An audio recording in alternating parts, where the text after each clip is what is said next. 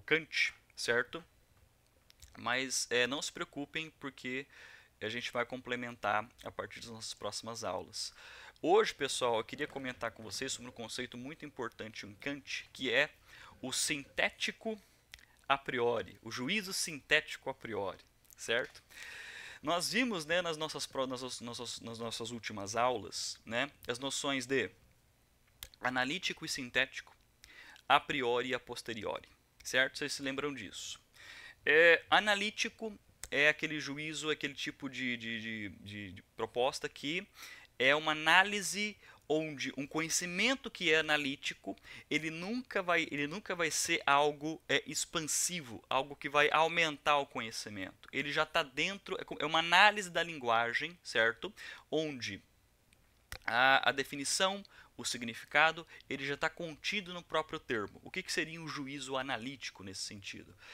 Todo solteiro é não casado. O conhecimento que nós adquirimos a respeito disso não é a partir do mundo externo. Nós não precisamos verificar no mundo, certo, se solteiros são não casados, porque a noção de não casado já está contido no termo solteiro, certo? Então, é como se fosse o triângulo tem três lados, certo? Nós não precisamos olhar, deixa eu verificar se o triângulo tem três lados. O três lados, o predicado três lados já está contido no termo triângulo. Então isso é uma verdade analítica, certo? Uma verdade que já está contida no próprio termo, certo? Agora, algo que é sintético, certo? É algo que expande conhecimento, é algo que é um conhecimento explicativo expansivo. Então, se você for complementar essa explicação, né, de juízos sintéticos, é aquele que expandem o conhecimento, certo? Juízos analíticos, eles não expandem o conhecimento, né? Ele já está contido nos próprios termos, né? Triângulo, três lados, o solteiro casado, a bola redonda, nesse sentido, né? E o sintético, ele expande o nosso conhecimento. E quando eu digo expande o nosso conhecimento, ele traz noções, ele traz predicados, ele traz propriedades que não estão contidas nos próprios termos. Então, por exemplo, a grama é verde, né? Não está contida no conceito grama o predicado verde. Nós precisamos conhecer isso de forma a posteriori. Precisamos conhecer isso a partir dos sentidos, nós precisamos ir até o mundo para verificar se a grama realmente tem a característica de ser verde, certo? E aí isso expande o nosso conhecimento, isso é expansivo, porque traz uma nova característica para o conceito grama, certo? Ou para qualquer conceito. Então, juízos sintéticos, certo? Eles expandem o conhecimento. E juízos sintéticos, eles têm a característica na teoria do conhecimento tradicional de serem a posteriori. Se o juízo sintético, ele tem a característica de expandir os nossos conhecimentos, certo? Logo, a gente faz isso de maneira a posteriori. Nós precisamos ir até o mundo, verificar isso pelos sentidos, para que essa informação seja expandida, certo? Eu digo,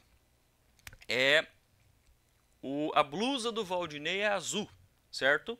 Na blusa azul do Valdinei, não está contido já de forma analítica o conceito azul, ou melhor, a característica de ser azul, certo? É uma nova informação que eu tenho.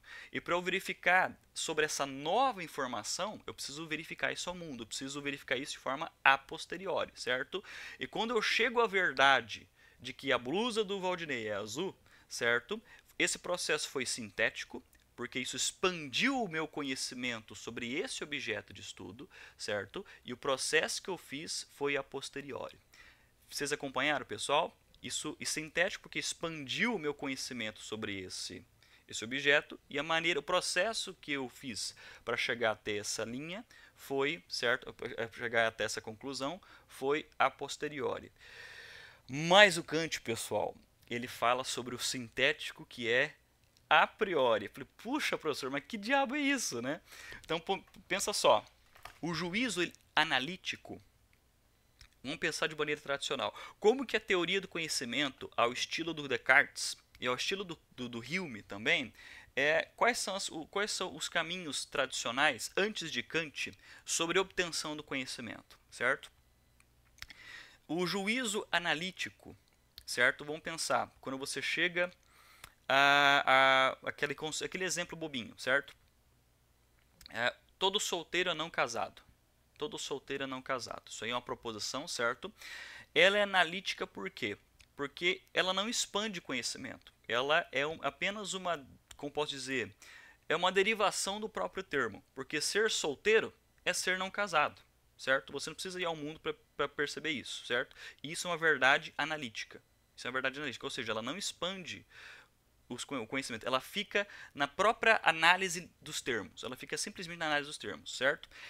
Ela é analítica e ela é a priori. A priori por quê? Porque você chega à conclusão que todo solteiro não casado de forma racional. Você não precisa ir ao mundo perceber isso, certo? Pelo próprio entendimento do termo, pelo próprio significado do termo, você chega a essa conclusão simplesmente de maneira racional, certo? Então ela é analítica e ela é a priori. Se eu falo, a minha casa é verde, então eu trago a minha casa, é o meu objeto de estudo. Beleza, eu digo que ela é verde. Para eu chegar a essa verdade, ela vai compreender um juízo sintético. Um juízo sintético que vai expandir o meu conhecimento. Para eu ter noção de que a casa realmente é verde, eu preciso analisar, né? Eu preciso expandir o meu conhecimento, expandir, né, essa análise, então ela é sintética. E eu verifico a partir dos meus sentidos que a minha casa é verde, e quando eu verifico com os meus sentidos que a minha casa é verde, o processo ele é a posteriori. Então eu trouxe dois exemplos, né, de juízos analíticos a priori, né, pelo uso da razão e pela análise linguística, e juízos sintéticos a posteriori, juízos que expandem o conhecimento, certo? Eu consigo ir a posteriori porque eu verifico isso no mundo. Mas o Kant ele usa, o Kant ele traz a noção de sintético a priori. Como assim? É sintético, ou seja, ele expande conhecimento, mas você pode fazer isso de forma unicamente racional, sem precisar ir ao mundo. Como assim?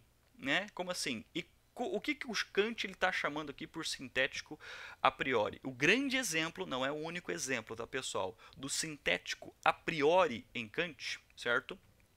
É a matemática, certo? A matemática. Então, só para eu separei alguns exemplos aqui para ficar mais claro para vocês, certo? Então, por exemplo,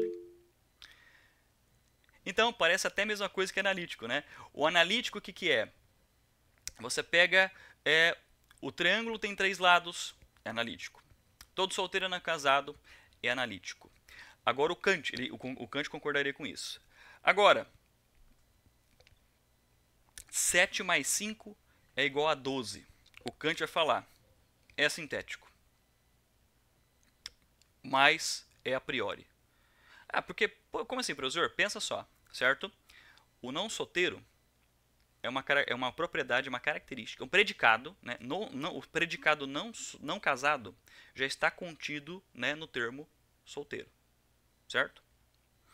3 lados são predicados, são características que já está contida no conceito triângulo. Estão acompanhando, pessoal? Certo? E isso é analítico. Isso é analítico, certo? Você faz isso isso não expande conhecimento, é só uma derivação do termo triângulo, termo solteiro e assim por diante. Agora, o resultado 12 não está contido em 5 e não está contido em 7. Entende? Quando você fala 7 mais 5 é igual a 12, isso expandiu o seu conhecimento, mas foi puramente racional. É sintético, porque expandiu o seu conhecimento, mas foi racional a priori, então você coloca sintético a priori. Esse é a grande sacada do Kant, certo? É a grande sacada do Kant. Então, todos os conceitos que nós vimos, perfeito, a resposta 12 não está contida em 5 e nem está contida em 7, certo? Então, por exemplo, nem 6 mais 6 é igual a 12. 12 não está contido em 6. Não está contido no sinalzinho de mais e não está contido no outro 6. Entende? Agora, 3 lados está contido em triângulo. Não casado está contido em solteiro. Certo? Racional está contido em humano, né? São juízos analíticos. Agora, a matemática, ela expande o seu conhecimento, né? Mas você expande seu conhecimento de uma forma puramente racional, logo a priori. Então, Kant ele apresenta para a gente a noção de sintético a priori. Vocês compreenderam, pessoal? Perfeito? Tranquilo? E, por exemplo, se você olha outra questão, outro exemplo, né, de sintéticos a priori. A linha reta é a menor distância entre dois pontos, né? Isso não se aprende empiricamente. Isso não se aprende empiricamente, mas é universal e necessário, certo? E você, por exemplo, a menor distância entre dois pontos não está contida em linha. Então isso aqui você expande seu conhecimento a partir da análise dos conceitos. E aí você começa a entender melhor, com esse contraste kantiano, né, as noções de analítico, sintético, a posteriori e a priori. Certo? O exemplo da matemática é o exemplo mais tradicional, né, em Kant, de juízos que são sintéticos a priori. Sintético porque eles expandem nosso conhecimento, a priori porque você atinge isso de forma puramente racional. Professor, mas por que o Kant ele está estabelecendo essas distinções? Por que ele fala de conhecimentos que são, né, analíticos a priori, sintéticos a posteriori e sintéticos a priori? Ele traz uma terceira categoria, ele traz uma terceira, né, possibilidade. Porque, pessoal, aí é um dos pontos mais importantes aqui da nossa discussão de hoje, né? Os pontos mais importantes dessa discussão de hoje são: diferente do Descartes, diferente do Hume que nós vimos nas nossas últimas aulas, o Kant, pensa só, o Descartes, ele está muito preocupado. Qual é a relação que os três autores estão preocupados? A relação que os três autores estão preocupados é a relação entre sujeito e objeto. E de que relação estamos falando? Relação de conhecimento. Vou repetir. A relação que esses três autores, né, Descartes, Hume e Kant, que estamos analisando, qual é a relação que eles estão preocupados? Eles estão preocupados com a relação sujeito-objeto, sujeito e mundo. E qual é a relação que estamos fazendo? Relação de conhecimento. Como que ele conhece o mundo? A pergunta tradicional, que eu repeti 1000 vezes para vocês. Quais são as origens, os critérios e os limites do conhecimento? O Descartes vai falar, né, a base fundamental do conhecimento humano é o cogito, é o eu, é a razão, certo? O Hume vai falar, não, a base fundamental do conhecimento é a experiência, a observação, certo? O Kant, ele faz uma junção entre essas duas análises, ele faz a junção entre essas duas discussões empiristas e racionalistas, mas uma coisa bastante importante, um conceito que eu vou colocar até aqui no chat, né? O Kant, na análise e no estudo em filosofia em Kant, nós constantemente falamos que o Kant ele faz a revolução copernicana no conhecimento. O que seria a revolução copernicana? Copérnico foi o pensador que ele inverteu a relação de observação. Em vez de você dizer que os astros eles giram ao redor da Terra, ele percebeu que a Terra gira ao redor do objeto, certo? Ela gira em torno do Sol e percebe que também estamos em movimento. Então, o Copérnico ele mudou a perspectiva para o nosso ponto, certo? Ele não fixou o nosso ponto e os objetos ao nosso redor que se movem, né? O Copérnico ele fez uma inversão, ele percebeu que nós, né, na nossa perspectiva aqui, nós também estamos em movimento, nós também estamos, né, nessa lógica de movimento, então ele faz essa inversão de perspectiva, né? O nosso ponto de observação não é fixo, nós também estamos, né, em movimento. O Kant, em termos de conhecimento, em termos de discussão metafísica, o Kant também fez essa inversão. Por isso que essa inversão, né, que o Kant ele faz é chamada de revolução copernicana. É a revolução copernicana no contexto do Kant, certo? Antes da gente, né, se preocupar com o objeto externo, que é o objeto do nosso conhecimento, nós precisamos analisar como que o sujeito e as estruturas cognitivas do sujeito funcionam para a gente conhecer o mundo.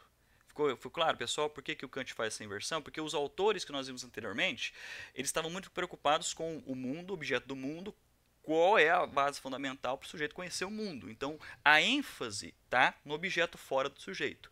O Kant falou assim, não, antes de você ir ao mundo e se preocupar em conhecer os objetos do mundo, vamos entender melhor quais são as estruturas fundamentais do sujeito. Então, ele faz essa inversão.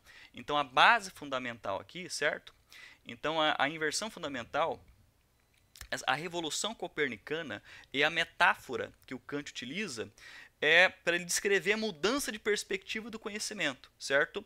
De um modelo que foca só no objeto, que foi de Descartes e do Hume, agora ele foca no sujeito. Ele faz essa inversão, ele parte do sujeito, ele entende como que o sujeito funciona para ir até o mundo e conhecer de forma segura. Ficou mais ou menos claro o que quis dizer, pessoal? Certo? É como que o sujeito, ele precisa entender qual é a estrutura fundamental do sujeito para que o objeto se adeque ao sujeito, certo? Para que o objeto se adeque ao sujeito, certo? Por isso que fala Revolução Copernicana, porque por exemplo, eu estou vendo esse livro aqui, certo? Esse livro aqui, eu não consigo conhecer ele em si mesmo.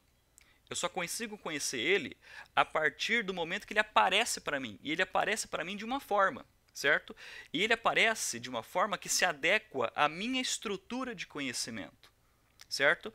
Essa estrutura de conhecimento são as condições de possibilidade para eu observar e conhecer esse livro aqui, certo? Qual é o termo que nós utilizamos nas nossas últimas aulas para descrever as condições de possibilidade do sujeito? Transcendentais. Transcendental, certo? Então, trocando em miúdos, né? Os objetos do mundo que eu observo, que eu penso a respeito, eles se adequam à minha estrutura cognitiva. Eu, enquanto sujeito, eu não me adequo ao objeto do mundo, aos objetos do mundo, aos fenômenos do mundo, certo? Não é esse o caminho que o Kant falou. Não. O Kant diz: os objetos do mundo, os fenômenos do mundo, que eu posso conhecer, que eu posso explicar, que eu posso conceituar, eles se adequam à minha estrutura fundamental. Eles que se adequam à minha estrutura fundamental, certo? Porque eu não consigo conhecer os objetos em si mesmos. Eu só consigo conhecer os objetos, né, a partir do momento que eles aparecem para mim. Então, eu tenho toda uma estrutura cognitiva, que o Kant diz, nós temos toda uma estrutura cognitiva, e os objetos se adequam à minha estrutura. Por isso que ele faz essa inversão, essa revolução copernicana. Pode falar, Valdinei. Professor, Diga. por gentileza, o senhor consegue dar um exemplo em termos de cultura? Um sujeito que sai de uma cultura e ir a outra? Nós saímos daqui e vamos para a Índia. Certo. O senhor consegue dar um exemplo dentro dessa questão da Revolução Copernicana? Por gentileza, se é possível, digo desta forma. Assim. Você diz por exemplo, culturas. Por exemplo, um sujeito de uma cultura que vai conhecer outra cultura e aí ele vai adequar. Ah, tá, perfeito. Tá. Seguinte. Isso. Em termos culturais, aí que tá. Por exemplo, o que o Kant está descrevendo para a gente, Valdinei, é o seguinte: essa estrutura cognitiva transcendental, ela independe desses aspectos culturais. Não vai depender desses aspectos culturais, certo? Ele vai dizer o seguinte, que o sujeito, eu, aqui em Maringá, ou eu na Índia, ou a pessoa, o indiano, que está lá e vem aqui para Maringá, ele tem as mesmas condições e a mesma estrutura cognitiva e as mesmas categorias de conhecimento, certo? Nesse sentido. É claro, o Kant, ele mostra pra gente um caminho. É claro que outros autores depois do Kant vão discordar dessa perspectiva, certo? Porque o Kant, ele é europeu, certo? Ele tá explicando a partir da base ocidental filosófica, e a base ocidental filosófica, como que ele está explicando, certo? A obtenção do conhecimento. Mas quando Kant está fazendo isso, ele tem a pretensão de ser universal. É claro que outros autores vão discordar dessa perspectiva, certo? Porque, por exemplo, culturas distintas, elas têm conceitos distintos, certo? E elas aplicam conceitos distintos e relações distintas a explicar o conhecimento e a cultura. Certo? Eu não sei se eu estou indo na tua pergunta, Valdinei, se eu estou me aproximando, certo? Porque se você olhar bem, agora tentar fazer uma crítica ao Kant nesse sentido, ele está procurando, o que a gente está fazendo aqui, pessoal? Ele está procurando termos que todo ser humano, independente do contexto histórico, independente do contexto cultural, possam conhecer. Então, todo ser humano, a partir desses termos que estamos utilizando, ele é capaz de conhecer o mundo, certo? Porém, autores posteriores vão falar mais. Todos esses termos que você está utilizando, né, eles têm uma base que é ocidental. Porque, por exemplo, o indiano, vamos pegar, certo? O indiano, ele foi formado numa cultura, ele foi formado por uma base conceitual, certo? Ele foi formado por uma base linguística, certo? E toda essa base linguística, conceitual e cultural determina a maneira que ele experiencia o mundo, que ele experiencia o mundo social, o mundo natural. Então toda essa base cultural determinou a experiência desse sujeito no mundo, certo? Se a gente tentar explicar, agora eu acho que eu vou tocar diretamente na pergunta do Valdinei, então de maneiras culturais, tentando forçar um pouco a barra, né, o mundo se adequa ao sujeito quando ele pertence a uma cultura. Certo? Por exemplo, eu fui formado em bases ocidentais, né, bastante fortes. Quando eu vou à Índia, quando eu vou a algum país africano, quando eu vou a algum país do Oriente Médio, é claro que eu vou olhar e aplicar conceitos a esse outro mundo, esses conceitos da minha base cultural, essa base cultural ocidental. É claro que isso pode mostrar problemas, porque eu posso estar colocando conceitos da minha formação cultural em uma cultura que não compartilha as mesmas linhas explicativas, as mesmas linhas conceituais, certo? Vai nessa linha, Valdinei? Foi nessa linha? Perfeito? É claro, o que o Kant quer aqui, certo, é dizer o seguinte: o sujeito, ele tem uma estrutura cognitiva, certo? Ele tem toda uma estrutura cognitiva para conhecer o mundo. Antes da gente se preocupar com o objeto que o sujeito vai conhecer, eu preciso entender como que a estrutura cognitiva do sujeito funciona. E a estrutura do conhecimento do sujeito funciona a partir da sensibilidade e a partir da razão, que foram os últimos tópicos que nós vimos lá na nossa última aula de sábado, certo? Ele tem a sensibilidade e ele tem a razão. Qual é o termo que o Kant utiliza para falar da categoria da sensibilidade no ser humano? Estética transcendental. Estética transcendental. Qual é o nome que o Kant utiliza para explicar a racionalidade, o uso da razão na estrutura do sujeito? Analítica ou lógica transcendental. Certo? É os termos típicos do Kant. Então o sujeito ele tem sensibilidade e ele tem razão. Ele aplica essas duas coisas para conhecer o mundo, certo? Para conhecer o mundo. Só que eu, enquanto sujeito de conhecimento, eu não conheço o mundo em si mesmo, certo? Eu não conheço o mundo por si, per se. Certo? Por quê? Porque é algo que a minha capacidade cognitiva não consegue atingir. Porque eu só consigo conhecer o mundo a partir da minha perspectiva. A partir desse ponto, a partir da minha estrutura, a partir do ponto onde eu estou. Quer um exemplo bobinho? Isso vai influenciar, pessoal, a fenomenologia lá no século XX. Ó, eu estou vendo essa garrafa aqui, certo? A partir do momento que eu estou vendo essa garrafa aqui, eu não estou vendo essa parte de trás aqui, ó, certo? Então, todo conhecimento humano, ele parte de uma perspectiva. Se ele parte de uma perspectiva, ele nunca é completo. Eu não consigo observar a parte de trás ao mesmo tempo que a frente, eu não consigo observar o que está atrás da minha parede agora, entende o que eu quero dizer? É sempre a partir de uma perspectiva. E toda perspectiva, ela é limitada, certo? Ela é limitada. Então, eu só consigo fundamentar o conhecimento a partir dos objetos que me aparecem, certo? Por isso que o Kant ele vai fazer a distinção entre fenômeno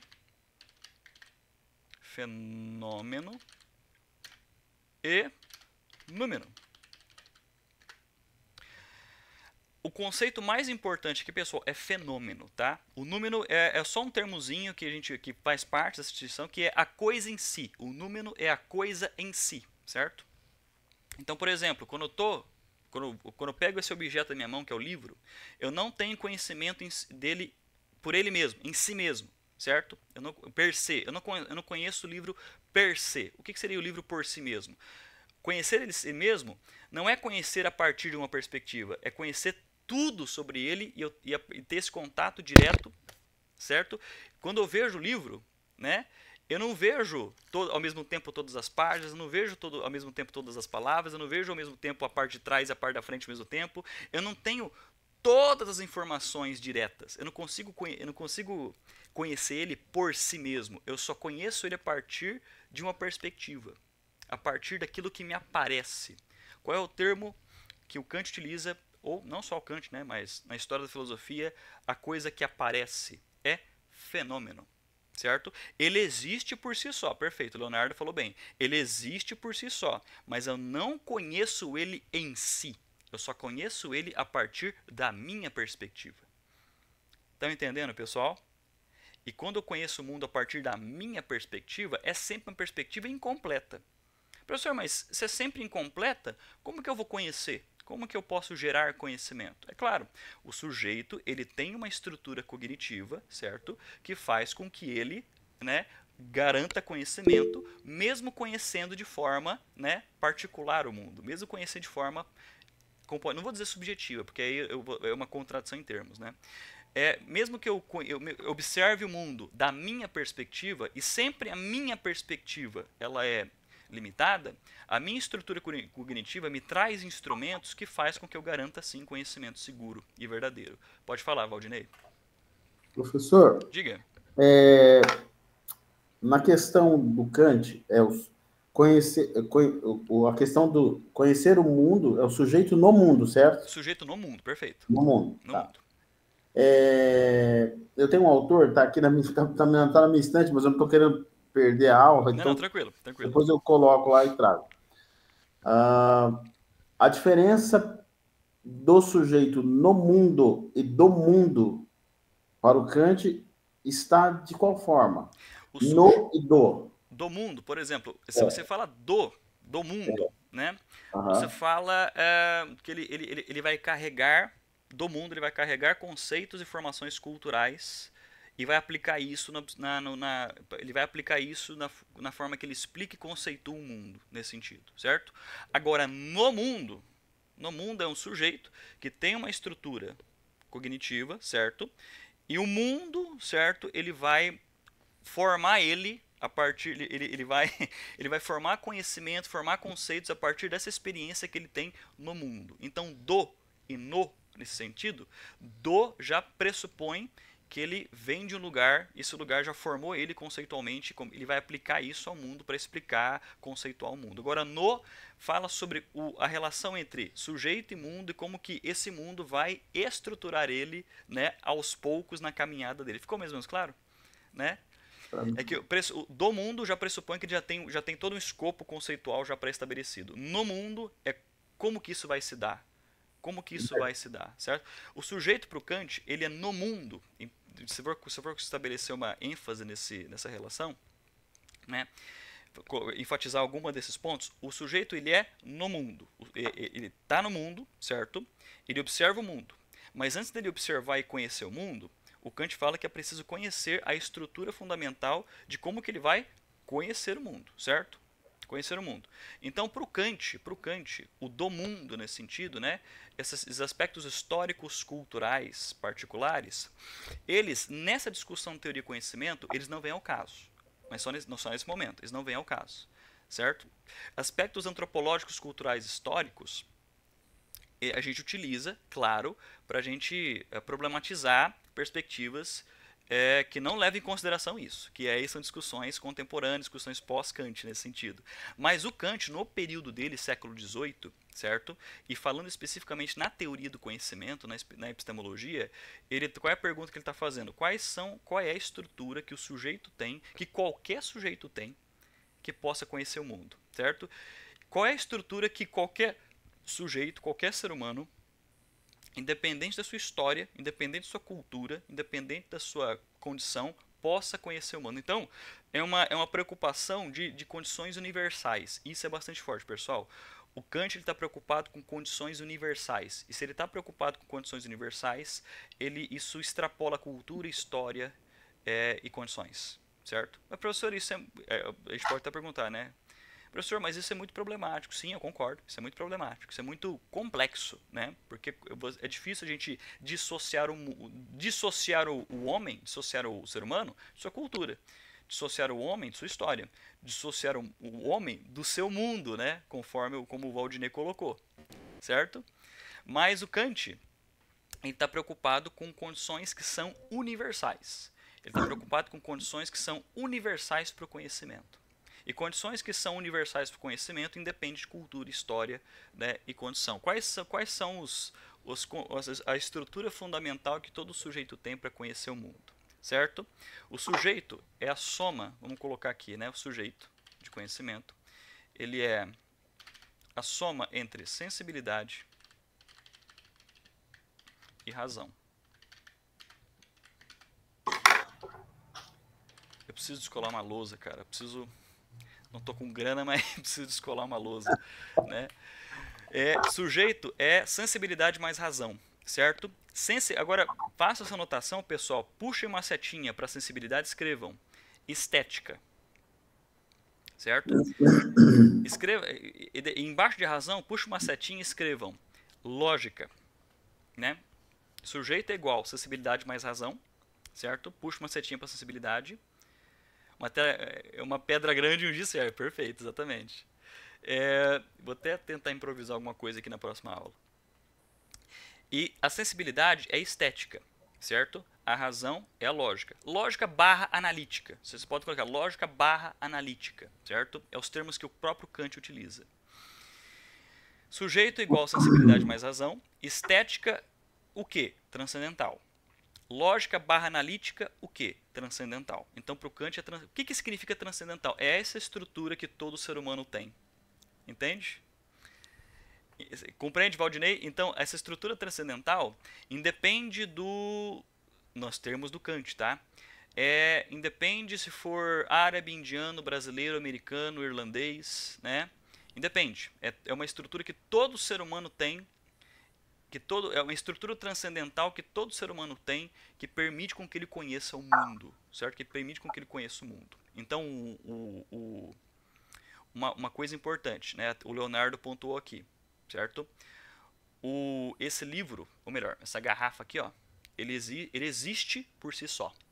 Ele existe por si só, certo? Mas eu não conheço essa garrafa, né, por ela mesma, em si, certo? Eu só conheço ela a partir da minha perspectiva. E toda perspectiva é uma perspectiva, ou seja, apresenta limites, certo? Mas, professor, me explica, me dá um exemplo de como funciona a razão e sensibilidade em Kant para ele conhecer essa garrafa aqui que o senhor está segurando, certo? Eu estou usando a sensibilidade para eu observar essa garrafa. Eu toco nela, eu ouço ela, certo? Então, eu estou utilizando a sensibilidade para entrar em contato com ela. Então, o que está operando aqui? Condições da minha sensibilidade que pertencem à estética transcendental. O que é estética transcendental? Essas condições de possibilidade para eu sentir, para eu ter esse contato sensorial com o mundo, certo? Então eu toco, eu vejo, eu ouço a garrafa, certo? E quando eu vejo, ouço, toco a garrafa, eu não toco, vejo, ouço a garrafa de forma completa, a partir da minha perspectiva, das minhas condições, certo? Só que aí eu não consigo conhecer esse objeto por ele mesmo, certo? E eu só consigo pensar nele se eu for pensar nele em si mesmo, né? Então, por exemplo, esse objeto ele tem extensão, ele tem volume, ele tem massa, certo? O conceito volume, extensão, massa são conceitos. Quem gerou esses conceitos foram o meu entendimento, a partir da lógica barra analítica transcendental. Então a lógica barra analítica transcendental é a estrutura do sujeito que forma conceitos. Vou repetir. A lógica barra analítica transcendental é a estrutura do sujeito que forma conceitos, certo? E tem um elemento da lógica da analítica transcendental que é o entendimento. O entendimento ele liga tudo isso. ele liga os dados dos meus sentidos, né, com os conceitos, né, da minha razão, formando assim o que o Kant chama de tcharanã, conhecimento seguro. Conhecimento. Ficou claro, pessoal? Ficou mais ou menos claro agora essa perspectiva? Então o sujeito ele é tipo uma estrutura que tem duas grandes partes, sensibilidade e razão. Os termos que ele utiliza, certo, são termos bem kantianos, bem particulares dele, né? Que é estética transcendental e analítica lógica transcendental, certo? Opa, eu agradeço, certo? E aí, o sujeito, ele conhece o mundo pelos sentidos, certo? Ele conhece o mundo pelos sentidos dele. E os sentidos dele são, a sensibilidade dele é uma estrutura, certo?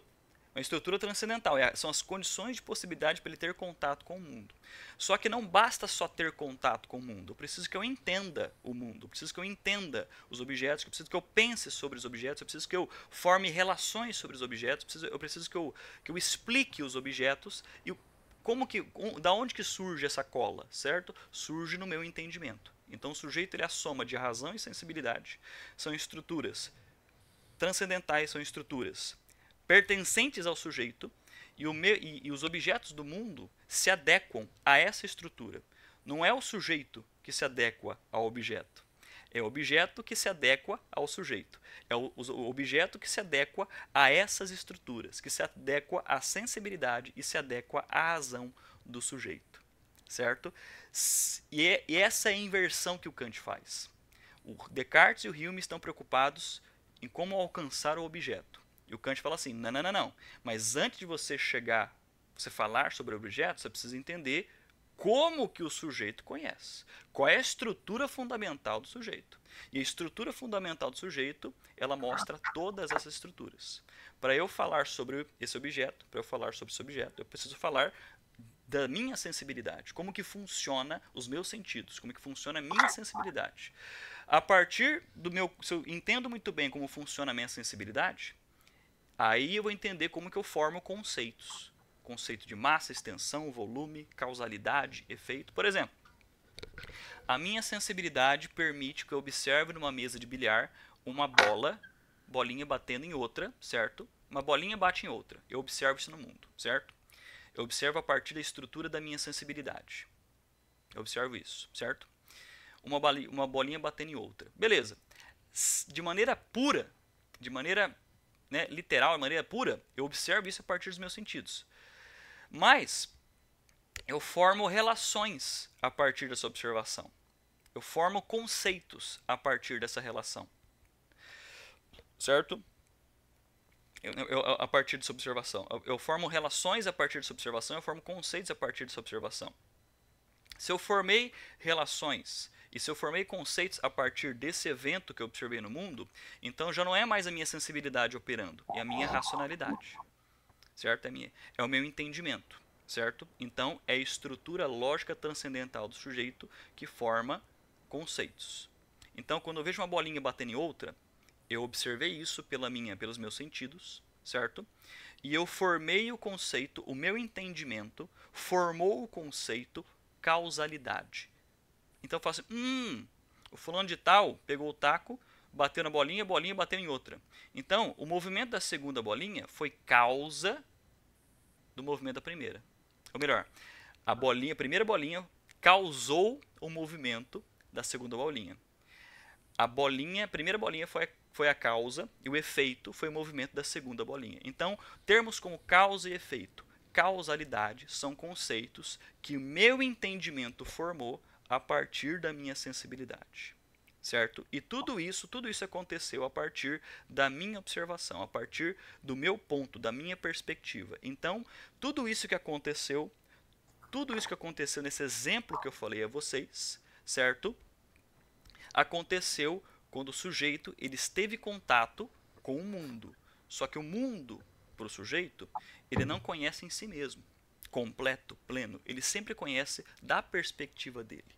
Somente aquilo que aparece para ele. E o Kant chama isso de fenômeno. Então, o sujeito ele só pode conhecer o fenômeno. Ele não pode conhecer a coisa em si. Ele não consegue conhecer as coisas em si mesmas, o mundo em si mesmo, certo? Ele só pode conhecer o fenômeno das coisas. Professor, mas o Kant está negando que os objetos estão lá? Não. Ele não está negando, mas a gente só consegue conhecer, né, o que aparece para a gente. Nós não conseguimos conhecer aquilo que não está dentro da nossa perspectiva, certo? Aquilo que não está dentro, nós não conhecemos o mundo em si mesmo. Os objetos e o mundo existem por si só, mas nós só conseguimos adquirir conhecimento a partir do fenômeno dessas coisas. Mas o fenômeno dessas coisas permite com que a minha sensibilidade e a minha razão elas operem adequadamente, que eu forme conceitos, forme relações, forme teorias, forme explicações, e isso a partir da maneira que eu falo e experimento o mundo está funcionando. Então, por mais que eu conheça apenas o fenômeno, e eu conheço a partir da minha sensibilidade e a partir da minha razão, eu gero explicações, gero os conceitos, e quando aplico isso no mundo, tem funcionado muito bem. Se tem funcionado muito bem, estou garantindo o quê? Conhecimento. Ficou claro, pessoal? Entenderam o caminho? Perfeito? Pessoal, isso aqui vai ficar gravado, tá? Não se preocupem. E aí, essa noção, pessoal, fundamenta a teoria do conhecimento do Kant, certo? Descartes, ele fala sobre a razão fundamental, certo? A razão fundamental. E ali, a razão fundamental é a base de todo conhecimento para Descartes. Convencionou-se, pensar dessa forma, né? Para o Hume, não. A observação, ela é soberana. A observação, a experiência sensorial, ela é soberana. Então, todo o nosso foco está na experiência, está no objeto. O foco do Descartes está todo no sujeito. O foco do Hume está todo no objeto. O foco do Kant está nos dois. Só que para entender os dois, você precisa entender quais são as estruturas cognitivas do sujeito que o objeto vai se adequar. Ficou claro, pessoal? Certo? Então, essa distinção, isso vai ser muito, muito, muito, muito importante para vocês entenderem a fenomenologia lá no século XX. Quando chegar a hora, pessoal, nos nossos próximos módulos, né? Quando for a hora, a gente vai discutir um pouquinho de fenomenologia, só que as próximas aulas serão voltadas para a filosofia da mente, tá? Mas a gente precisa falar sobre conhecimento e o sujeito de conhecimento para a gente entender como que a mente do homem, mente do ser humano, ela funciona, certo? E aí vai gerar discussões e problemas da filosofia da mente, certo? E aí nas próximas aulas eu acredito que nós iremos já discutir filosofia da mente, certo? Alguma dúvida, pessoal? Algum comentário por enquanto? Não? Tranquilo? Perfeito? Eu que agradeço. O Kant, pessoal, ele é carne de pescoço mesmo, assim. Eu acho que se nós fizéssemos uma disciplina, um grupo de estudos em Kant, né? Eu fiz parte do grupo de estudos de Kant lá na UEM. A gente precisa mergulhar nas categorias dele, mas para a gente entender, porque o tema da nossa aula é noções de conhecimento e mente na filosofia, né? Na filosofia moderna e na contemporânea. A gente estabeleceu esses conceitos que eu falei para vocês, estabelecendo um contraste entre Descartes e Hume, já é o fundamental, certo? Já é o fundamental para vocês entenderem a colinha entre esses autores. Se vocês quiserem se aprofundar, a gente pode se aprofundar com certeza, porque, é claro, é muito mais do que isso, os livros estão lá, a gente pode fazer uma leitura mais detida, certo? Mas dentro dessa linha temática que estamos fazendo, esses conceitos são fundamental, né? Esses conceitos eles são fundamentais para vocês entenderem as discussões tradicionais da teoria do conhecimento aqui na filosofia, pessoal. Todo mundo pega na mão de todo mundo e não larga jamais, perfeito, tranquilo. Mas a gente vai fazer consequentemente uma leitura detida de obras clássicas da filosofia, sem dúvida, a partir dos grupos de estudo, tá, pessoal? Os grupos de estudo eles são bastante importantes por causa disso. Devido ao fato de que os módulos eles compreendem diversas disciplinas, né, e nós precisamos dialogar com diversas disciplinas, quais são os conceitos que essas disciplinas estão dialogando, né? Moderna, contemporânea, filosofia da mente, teoria do conhecimento, como que elas estão se dialogando, certo? Agora, quando a gente vai no grupo de estudos, a gente foca numa leitura detida, né, em autores canônicos, fundamentais, tradicionais, isso é muito, muito importante também.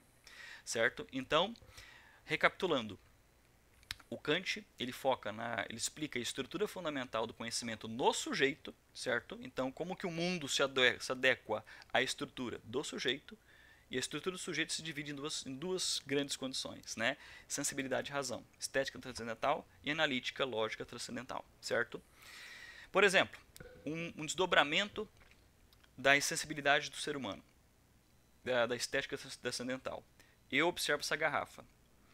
Essa garrafa, ela está no espaço. Eu só consigo observar, pegar essa garrafa se ela estiver no espaço. Essa garrafa se move quando eu pego ela, né, e balanço, certo? Logo, para eu ver essa garrafa se movimentar, ixi, fiz uma cagada aqui, desculpa, né? Se eu vejo essa garrafa se movimentar, é preciso haver tempo, certo? Então, os objetos, para que minha sensibilidade funcione, eu preciso ter as categorias de tempo e espaço. Os objetos precisam estar no espaço, e para eu ver eles se movendo, alterando relações que se movem, eu preciso ver tempo, certo? Então, tempo e espaço são partes fundamentais da sensibilidade do sujeito, certo? Tempo e espaço são condições fundamentais da sensibilidade do sujeito. Professor, isso tem a ver com Einstein? Mais ou menos, não vamos confundir, tá? Quando Einstein fala tempo e espaço, não tempo e espaço, Einstein fala tempo e espaço, certo? É bem diferente do que o Kant está falando, tá, pessoal? É bem diferente do que o Kant está falando. O Kant está falando tempo e espaço como categorias da sensibilidade do sujeito. Então, estão no sujeito. Estão no sujeito, certo? Para eu ver o Valdinei escrevendo ali o caderno dele e se movendo, o Valdinei precisa estar no espaço. E para eu ver que ele se movimenta, é preciso haver tempo, certo? Então, tempo e espaço são categorias que a minha sensibilidade aplica para eu observar tudo isso que eu estou falando, para eu observar vocês, para observar o mundo, para observar as coisas mudando. E as coisas precisam estar no mundo, no espaço, e se ocorre mudança, se ocorre movimento, é preciso haver tempo, certo? Mas isso são categorias da sensibilidade do sujeito, que estão no sujeito. Entende, pessoal? Mas, professor, mas o Kant está falando que tempo e espaço não estão fora do sujeito? O que o Kant vai falar? Não. Está ali, só que você não conhece. Porque é o fenômeno, entende? Então, categorias tempo e espaço são categorias da sensibilidade do sujeito que permite com que ele observe o mundo, observe as coisas no mundo e os fenômenos, as mudanças e os movimentos no mundo. Tempo e espaço, categorias fundamentais, transcendentais da sensibilidade do sujeito. E aí, a partir disso, ele forma conceitos. E como que ele forma conceitos? A partir do entendimento, certo? Por exemplo, vamos pegar novamente o exemplo das bolas de bilhar. Primeira bolinha bate na segunda bolinha. Eu vi isso no mundo. Se eu vi, né, eu tenho uma estrutura fundamental que é a sensibilidade, certo?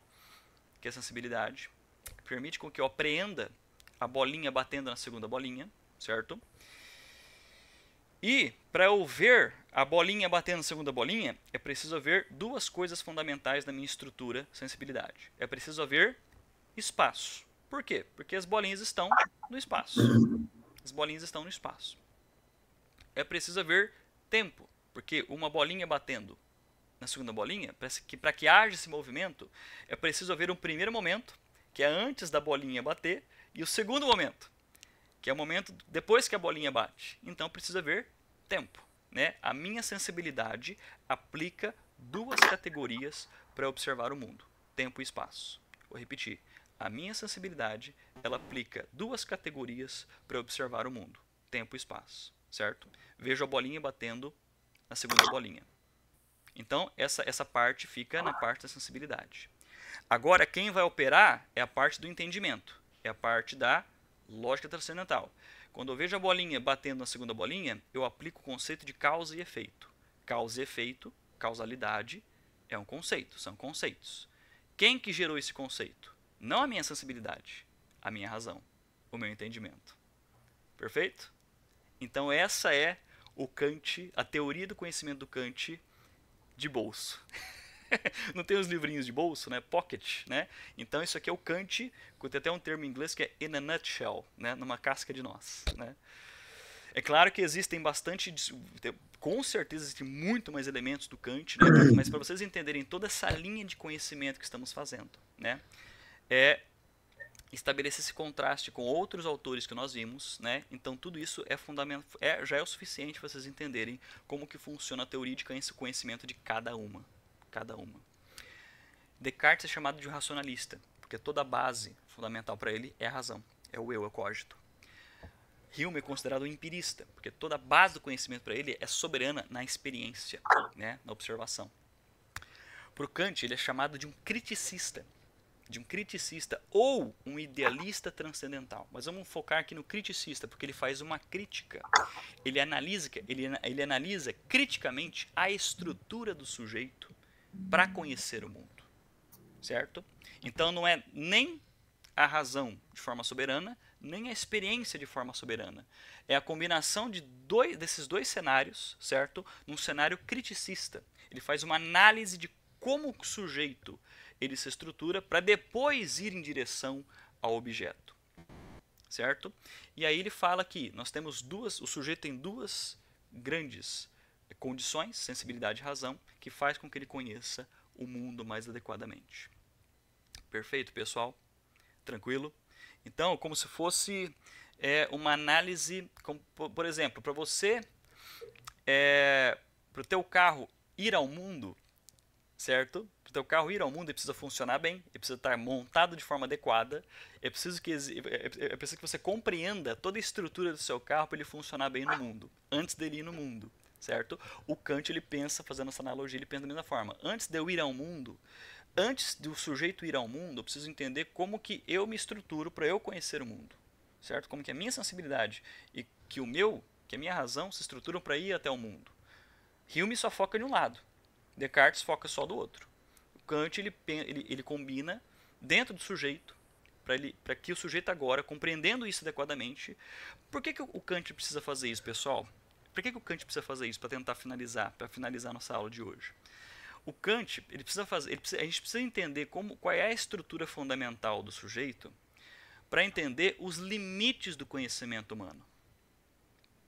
Certo? Porque o sujeito, ele é falho, ele é limitado, ele conhece a partir da perspectiva dele, certo? Logo, ele não conhece tudo plenamente. É sucessivo, o conhecimento é gradual, sucessivo, certo? Então, ele não conhece tudo de forma imediata, plena, completa. Certo? Então, compreendendo essa estrutura fundamental do sujeito, que é sensibilidade e razão, certo? O Kant vai ter claro como que começa o conhecimento, quais são os critérios do conhecimento e os limites do conhecimento. O Kant ele fala o seguinte: a partir dessa estrutura, sensibilidade e razão, nós podemos conhecer diversas coisas, podemos construir conhecimento de forma segura, certo? De forma segura, certo? Mas existem conceitos, existem condições que o sujeito não consegue conhecer, mas a metafísica, Descartes, né, por exemplo, Descartes, né, ele fala que podemos conhecer, mas não podemos conhecer. Por exemplo, Deus, alma, liberdade, para o Kant, existem, só que não conseguimos conhecer essas coisas, certo? Nós não, porque isso extrapola o conhecimento humano. Certo? Isso extrapola o conhecimento humano. Então, o Kant ele precisa entender como que a estrutura do conhecimento do sujeito funciona, não só para explicar como que se forma o conhecimento seguro, mas também para dizer até onde a gente consegue chegar. Certo? Por exemplo, Descartes fala nas Meditações da Física que Deus a gente consegue conhecer. Deus, ele utiliza esses termos. Conseguimos conhecer Deus de forma a priori. O Kant fala assim, não, Deus é uma condição que extrapola de forma tão radical o nosso conhecimento, certo? Porque a gente não conhece ele completamente. A gente só conhece, né, a gente consegue pensar a respeito de Deus. Ele está lá, só que eu não consigo conhecer ele a partir dessa estrutura, porque essa estrutura me permite, até certo ponto, certas coisas. Eu consigo formar conhecimento científico a partir dessa estrutura que eu tenho, segundo Kant. Mas existem coisas que eu não consigo fazer uma análise científica, certo? Deus, alma, liberdade são condições que estão lá para o Kant, certo? Mas eu não consigo conhecer porque extrapola a minha estrutura. Eu não consigo, por exemplo, é a mesma coisa de que eu tenho um instrumento, certo? Eu tenho uma ferramenta, essa ferramenta eu aplico em um cenário onde essa ferramenta vai funcionar. Se eu aplico uma ferramenta num cenário, numa condição onde ela não vai funcionar, certo? É a mesma condição do Kant. Essa estrutura, sensibilidade e razão, ela funciona no cenário de formação de conhecimento adequada. Mas existem condições que extrapolam essa estrutura, e se extrapolam essa estrutura de conhecimento, não são objetos de conhecimento. São objetos de crença, e são objetos de crença no nível prático também.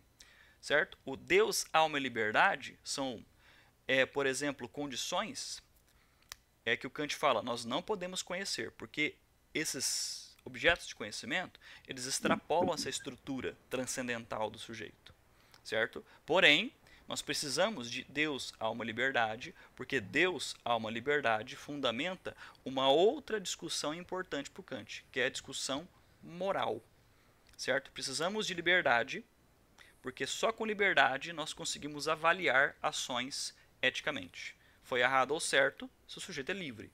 Se o sujeito é livre, existe liberdade. Conhecemos liberdade? Conseguimos conhecer liberdade? Não, porque é uma coisa que extrapola o conhecimento, extrapola a estrutura do sujeito. Precisamos de alma.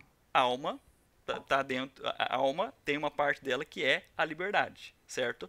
Conseguimos conhecer a alma? Não conseguimos, porque extrapola essa estrutura transcendental, sensibilidade e razão do sujeito. Tudo isso vem de quem? Vem de Deus, certo? Liberdade e alma vem de Deus. Tá, mas conseguimos conhecer Deus com essa estrutura? Não, não conseguimos conhecer Deus, certo? Porque extrapola a sensibilidade e razão. Mas precisamos dessas três coisas, não da teoria do conhecimento do Kant, mas da teoria moral dele. Porque tudo isso só vai funcionar se essas três coisas aparecerem lá na moral, lá na ética. Mas são discussões dos próximos capítulos. Pode falar. Alguém quer perguntar alguma coisa? Alguém que levantou a mão? Não? Tá. Valdinei? Não sei o que você... Não. Tá, perfeito. Então, analisando essa estrutura, pessoal, deixa eu voltar aqui. Ó. Razão, sujeito é igual. Sujeito é igual. Sensibilidade mais razão. São categorias fundamentais do sujeito que conhece o mundo. Certo? Então, essa estrutura, sensibilidade e razão, permite com que o sujeito forme conhecimento. Que ele forme conhecimento. Mas essa estrutura também fala para o sujeito até onde ele consegue chegar. Existem coisas, existem objetos, existem termos, naturezas, certo? Que estão ali fora do sujeito, só que extrapolam a essa estrutura do sujeito. Deus, alma e liberdade estão lá para o Kant, só que isso extrapola a estrutura de conhecimento do sujeito. Para Descartes, não. Descartes afirmava, podemos conhecer Deus. Né? Hume falava, né? Causalidade é uma coisa que... eu duvido que... eu não queria que duvide, né? Causalidade é uma coisa que não está lá, é um hábito que a gente tem. Né? Qual é a explicação que o Kant deu para dar conta de responder o Descartes e responder o Hume? Né? O Kant respondendo Descartes, assim, não Descartes, né? Nós não podemos conhecer Deus, porque Deus ele é uma entidade que extrapola a nossa estrutura de conhecimento. E Hume, causalidade, você está enfraquecendo demais causalidade, né? Causalidade não é uma coisa do hábito, não é uma coisa assim fraquinha que está dizendo. Não, causalidade é um conceito gerado a partir do meu entendimento. E eu preciso gerar o conceito de causalidade a partir do meu entendimento para poder conhecer o mundo. Então, causalidade é uma coisa fundamental aqui. Vocês entenderam, pessoal? Então, finalizando, eu até me atrasei. Mas eu vou só para recapitular a resposta do Kant aos outros. Descartes fala: podemos conhecer Deus, certo? A priori. Assim, não, você está utilizando o termo de forma errada. Descartes, o Kant está falando. Deus é algo que extrapola essa estrutura transcendental do sujeito. Não é objeto de conhecimento, certo? Hume fala, causalidade é um termo que a gente aplica, mas não sei se está lá. Eu acho que é uma coisa do hábito, né? Kant fala assim, não, você está enfraquecendo demais a noção de causalidade, senhor Hume. E o Kant fala assim, não, causalidade é um conceito, certo? Que vem do meu entendimento, que eu aplico as coisas do mundo e eu preciso do conceito de causalidade para eu poder explicar a sucessão de eventos, causas e efeitos. Sem causas e efeitos, o conhecimento não funciona, logo é fundamental. Então é uma categoria do meu entendimento, não é meu hábito, como você está dizendo, não é meu hábito. É uma categoria do meu entendimento e é uma categoria fundamental, necessária. Necessário é o termo forte aqui agora, tá, pessoal? Né? Necessário, tipo, não pode ser de outra forma. Se a causalidade é o conceito que surge do meu entendimento, isso é necessário para o Kant. Tempo e espaço são categorias da minha sensibilidade, e isso é necessário. Não pode ser de outra forma. Então Kant, de forma isso, ele foca, ele enfatiza isso de forma forte, necessário. Então, o Hume fala, causalidade é um termo do nosso hábito. Se o Hume fala dessa forma, não é necessário, não é tão forte para o Hume. Né? Para o Kant, não, Hume. Causalidade é um conceito que o meu entendimento gera, certo? E isso é necessário, certo? Ficou claro, pessoal? Então, tudo isso tem a ver com termos fortes de conhecimento. Leonardo, razão processa, interpreta, a razão, por sua vez, ajuda a dar sentido às experiências sensoriais e a tomar decisões. Perfeito, certo? Aqui, pessoal, por exemplo, então, ele dá conta de responder às limitações das outras tradições, empiristas e racionalistas. É claro, né?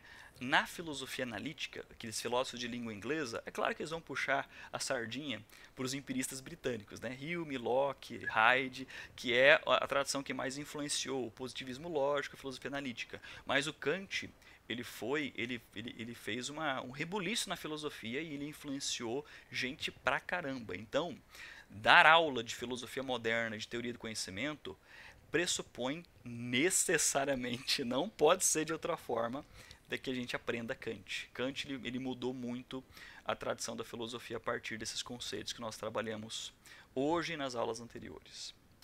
Perfeito, pessoal? Alguma dúvida, Bianca? Tá de acordo? Tá tranquila? Né? Mas eu vou atender ao chamado de vocês, faremos um grupo de estudos para lermos filósofos canônicos e livros canônicos, perfeito? Precisamos fazer isso, pessoal, fora do ambiente das disciplinas obrigatórias aqui do EAD, porque isso permite a gente a não estar muito a grade, ao módulo, faz com que a gente se sinta mais à vontade a fazer a leitura e analisar, né, as obras canônicas, mas isso vai acontecer sem dúvida. E a gente pode marcar o melhor dia que é melhor para todos, perfeito? E todas. Quer falar alguma coisa, Leonardo? Não, tranquilo, professor. Estou só acompanhando aqui.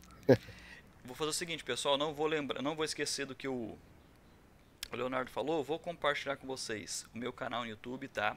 Lá tem tudo, tá? Que for ajudar vocês a analisarem os conceitos. Eu vou postando constantemente. Legal. E juntamente com o canal, eu vou colocar também outros canais que eu acho muito importantes, né, de filosofia acadêmica. Perfeito? Hoje foi um dia kantiano no talo, né? Mas não se preocupem que eu vou disponibilizar essa aula para vocês. Vocês podem lavar a louça e ouvir a aula novamente, né? É bom que excelente, muito tem bom. essa aula meio que recuperar isso que a gente está falando, né?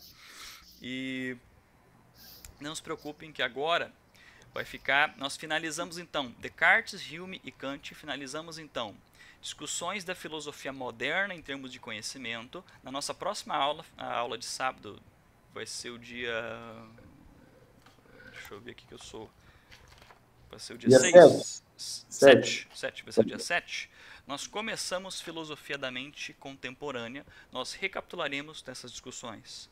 Moderna só um pouquinho para familiarizar o contexto, mas iremos iniciar agora a filosofia da mente. Perfeito, pessoal. Podemos finalizar a aula de hoje? Tranquilo?